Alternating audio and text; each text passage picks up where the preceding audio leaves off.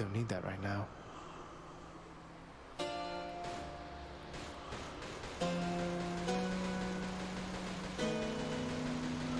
don't need that.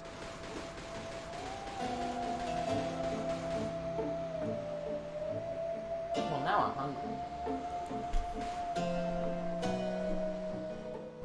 Hello, Charon, my good man. I would like to buy that.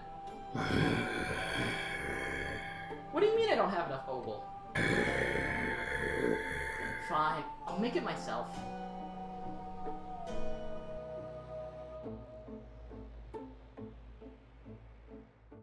This is everything we need for our Hades-inspired gyro. Some small form of tomato, like cherry or grape, pomegranate or else, some form of lettuce, and then red onions. In this case, I pickled them. More on that later. Some delightful sourdough pitas. More on that later. Some tzatziki sauce. More on that later. Some form of gyro meat. In this case, it's Satan. More on that later.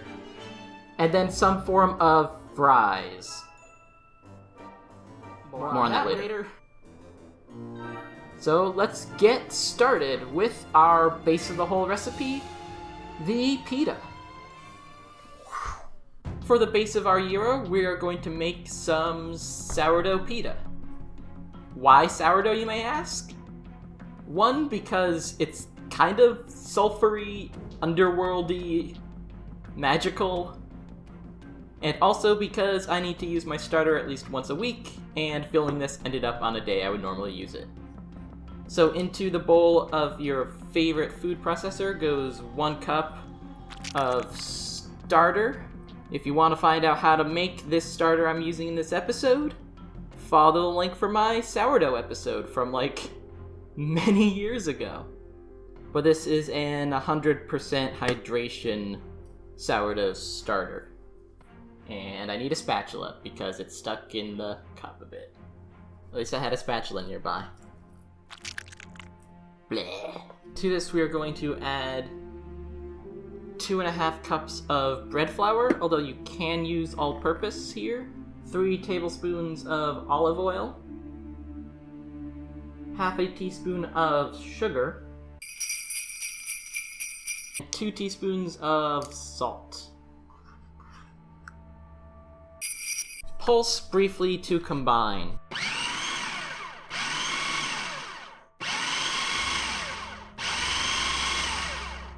What we're looking for here is a ball that's kind of sticky. I clearly do not have that yet, but it's getting there. Maybe another tablespoon or 2 of water. Looking at it, I guess you guys should also see it. This is close, but it's a little dry still. It should be a little more sticky than this. This is kind of dry. 1, 2, pulse through. That feels more right. I know you can't really see a difference, but it's more right. Just trust me on this. Then we're going to turn it out on a floured surface. You can't see the surface yet. I have to fix the camera angle. And we're just going to knead this briefly into a ball. 4, 5, 6, 7, 8, 9, 10. There we go. Here's your smooth, I guess kind of smooth, dough ball, which goes in a bowl. I prefer to oil my bowl, plop, and then either plastic wrap or a damp tea towel goes on top. I like this one because it's a pun. And this needs to rise for 1 to 2 hours. You're looking for about doubled. In the meantime, we have a lot of other components to make. Now that our dough has doubled in size, I'm going to cut it into 6 equal pieces using a dough scraper, and then form into little balls. Cover anew with a wet something, and then allow to sit for another 20 minutes before rolling out. Reveal the balls!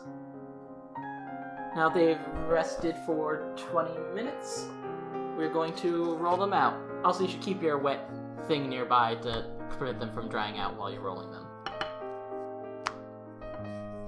Transform and roll out. I guess as thin as you'd like it. I want things to look pretty photogenic, so I'm going to try to get them rather thin.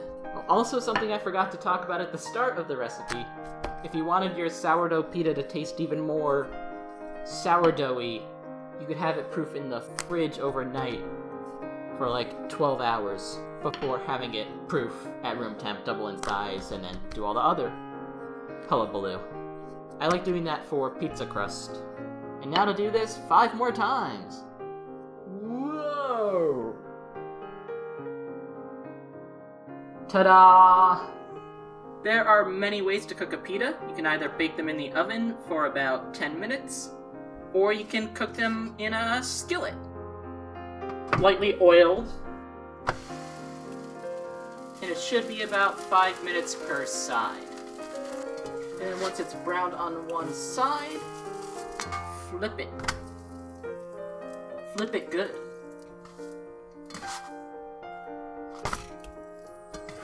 And then retreat to a cooling rack. What better to serve as our protein for our Hades-inspired gyro than Satan? So for the wet team, we need half a cup of chopped onion and broth. I guess if you want to keep it vegetarian, you're going to want to go with vegetable broth. 2 tablespoons of tomato paste. Also 2 tablespoons of liquid aminos or soy sauce. Glug glug glug glug glug glug glug glug glug glug glug glug. 1. Glug glug glug glug glug glug glug glug glug glug glug. 2. 2 tablespoons of oil. I'm gonna go with half olive oil and half sesame oil. I don't know why. It just sounds right to me. If I taste it and I'm like, wow, this tastes way too much like sesame oil, we'll know this was a mistake. 2 tablespoons of lemon juice. I gotta turn this into juice, I forgot. Lemon juice. 1, 2. 2 tablespoons of tahini. I guess if you don't have tahini, I usually use peanut butter as a substitution. I know it's not perfect, but it works. Wow. I didn't think it would be so weirdly cohesive. And a healthy clove or 2 of garlic. And this time I'm sure the processor is facing the right way. Well, it actually doesn't smell very bad. It's kind of pleasant. And then we're going to fold this into our dry team, who will join the field shortly. I'm going to play it kind of fast and loose for the dry ingredients, but the one thing you definitely need is vital gluten flour of some form. Otherwise, you don't have Satan. 1.5 cups go in a bowl, along with 2 tablespoons of nutritional yeast if you have it, to give it a very yeasty flavor. Nutritional yeast smells nice. Some cumin, I'm gonna say a teaspoon. Well, close enough. Black pepper.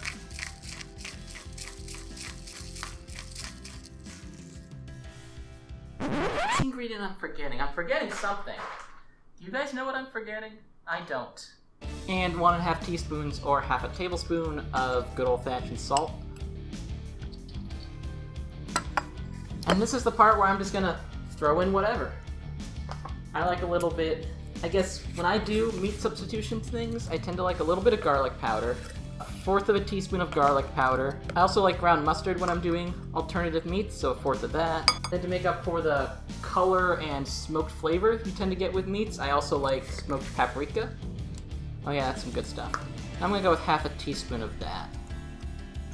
Another colorizing agent I like is turmeric. I also have a ton of turmeric to go through, so let's use 1/4 of that too. Why not? What's the worst that could happen? A little bit of extra onion powder, because I feel like it. Half a teaspoon. Ground oregano, I'm going to say another half teaspoon. I feel like I should have marjoram in this. I don't have it on me. But if you have it, Add some marjoram and tell me how it works out. I'm also going to add half a teaspoon of thyme leaves. Other dried herbs work too. You could try dill. I'm not so sure you'd want to try basil. You do you. I'm gonna stir that up a bit. Smells like cumin mostly. Ooh. And then we're going to add the wet to the dry and form a ball. Add our wet. Bleh. Some good noise right there. And from what I'm told, you should stir this and then use your hands. And it should form a dough-ish kind of substance. Ooh, yeah. Yeah, you might actually do need to use your hands. Is there enough liquid in this? It seems really dry. And knead it. Like a kitty would. Oh yeah, it's coming together. I love it when a Satan comes together. It's like I had a bowl of nails for breakfast. Oh yeah, well I had Satan for breakfast. Something's in the air that's making me cry a bit. Who would have thought? It's the onion, now that I'm thinking about it. Look at that. That is gluten. I hope you guys are having fun. I'm having fun. That's as good as it's gonna get. I've soaked up pretty much everything. Very shaggy looking loaf. We're going to wrap it up in a tinfoil.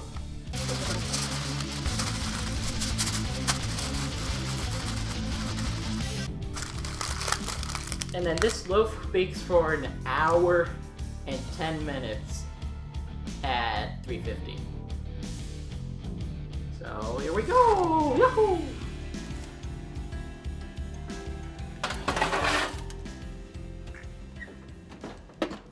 I'm sorry, I don't have anything clever to say about Tzatziki.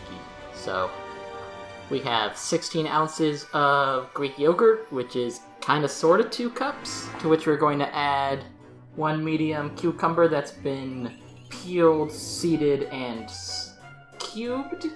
I almost said sliced, but that's not correct. 4 cloves of minced garlic. 2 teaspoons of vinegar or lemon juice. This is lemon juice because I already used some earlier in the episode. A tablespoon of olive oil. And 6 thinly sliced mint leaves. I guess mint is kind of a mythological reference here. I'm pretty sure Persephone turned a river nymph into mint and then crushed her because she was jealous. Because mythology. And give this a stir up. Making some good gushy sounds. Yeah, that slaps. And set aside. Woo! Red onion is very much a thing in Hades, but I'm not a big fan of red onion, just like Scott Conant and I'm sure other people.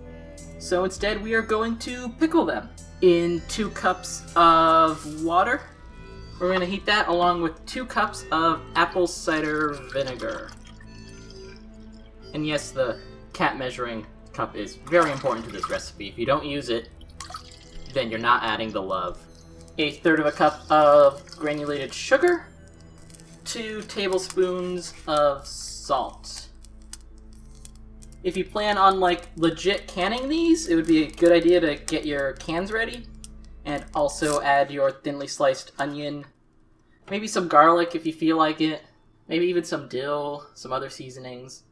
But I'm just doing a quickle for this recipe. So once this reaches a boil, we shall add our thinly sliced red onion. Preferably you could do this on a mandolin, but mine's getting restringed, so I'm just gonna do it by hand. Hey, who left this bowl of onions here? I'm just gonna add them right to the pot, let it sit off the heat for an hour if you can manage it. They should change color a bit, and they'll be much tastier, I hope, in the final sandwich. I'm of the mindset that no combo meal is complete without fries, and it seems the developers of Hades agree. But because potatoes just don't seem right to me, we're going to make eggplant fries. But I need to peel this eggplant first. We're going to cut this into fry-like shapes. I don't know, that's about 1/4 of an inch thick, don't you think? I'm going to dip these first in flour, which I have seasoned. Just give you an example fry here. Egg. seasoned breadcrumbs. Here I have panko mixed with a little bit of Parmesan. And then this and its little friends are going to go on a wire rack and be baked at 425 for about 10 minutes.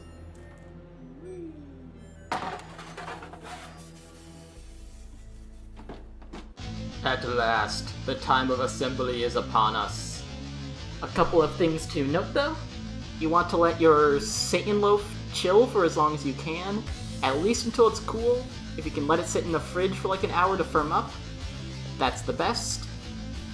And in case your lovely homemade pitas got a little dried out while you were making everything else, you can either reheat them in a low oven, like around 220 Fahrenheit, for a couple of minutes, or you could put them under a wet paper towel and microwave for like a couple seconds, and they'll become nice and pliable once more.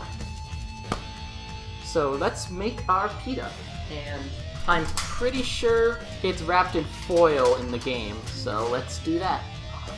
Get this out of the way. Gotta get everything out of the way, there's too much stuff. Okay, pita down. A nice healthy layer of our homemade tzatziki. Bleh. Yogurt's good for you. Our lettuce. I'm gonna go with 2 slices of lettuce. And then our meat. I don't know, serrated knife seemed right to me. Ta-da! Ta-da! You know, it's not bad smelling. It reminds me of something else I worked on once. So a couple of hearty slices of Satan. I'm gonna say 2? Sorry, I'm gonna say 3. 3 slices of Satan. I want enough that there's some poking out the top. And then a couple of our pickled onions. Just gonna put like a nice smattering of onions. These are very precise measurements. If you do just a schmoosh instead of a smattering, you know, it's not gonna turn out right. A couple of cherry tomatoes. It might be too full if I do 3 slices of meat. There we go. And this is the most important part. You can only put in 6 pomegranate arrows, because that's what happened in the myth. Any more and you'll be creating winter for longer than it should. I'm just kidding, add a few extra, because you gotta taste it. And we're gonna wrap this up, and then also wrap it in the foil.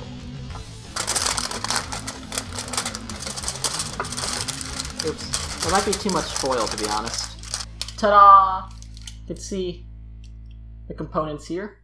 And then, finally, I get to eat, and you get to watch. And now it's time to recover our HP and eat. Oh, something spicy in there. I don't remember putting in anything spicy. So overall, it tastes good. The meat felt toothsome. The tomato and the red onion. Cider, please! I've been working forever on this. The tomato and the red onion give a nice acidic little pop to keep things fresh, and the bib lettuce helps that as well, although to a lesser extent. The meat is very toothsome. I'm gonna have to take a look at it on its own, because I'm curious.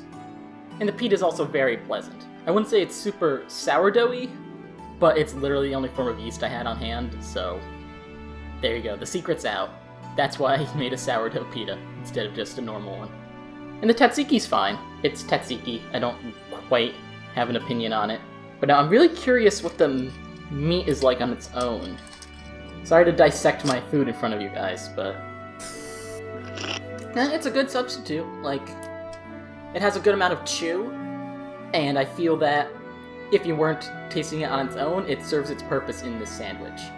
It serves as the meat, the hearty component, the slightly spiced component. I'm gonna try an onion on its own as well. No, that's good too. I don't know what was spicy. I also haven't tried the fries yet. I mostly did the fries just to have something aesthetically there, but these are kind of ugly, if I'm being frank.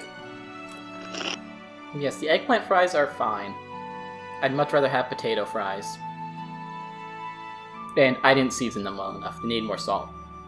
But they serve their purpose as the side to make this look like I wanted it to. Yeah, not bad. Oh. You know what? I'm actually really happy with this. I haven't eaten a gyro in any kind of form in 10 plus years, so it's very nice to have this. It's fresh, it's spiced, it's sour, it has a good amount of texture, and I did get a bit of pomegranate in that last bite. It was a surprise. It was fine there. I would say if I hadn't pickled the onion, the pomegranate would be more important, because the onion is so much more sour than the pomegranate. The pomegranate's just kind of there for fun and for reference sake, because can't do a thing about the Persephone myth unless you have pomegranate in there. I just kind of want to sit and eat, but it is part of this video to give things a rating, even if it's all my own creation. I'm gonna need another bite to test. Did I get sauce on my face? Please tell me I didn't get sauce on my face. So for the final rating of this Hades-inspired gyro, I'm going to give it a number of Greek gods that support you on your escape from the underworld out of 10. Thank you very much for watching. I'd also like to thank Supergiant Games for such a great and fun game that they made. If you haven't checked it out, I would recommend it. This game is amazing and you have to play it, which is why I made this video.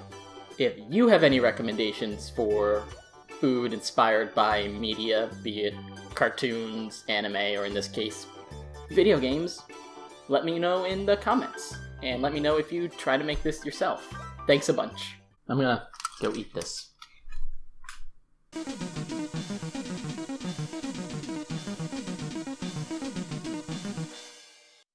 Darn it, Cat, I'm filming! Come on. Come on, Cinder. Oh, you can't be this cute. You're showing your butt to the camera. Oh. Cinder, why are you doing this to me? Very toothsome. I'm gonna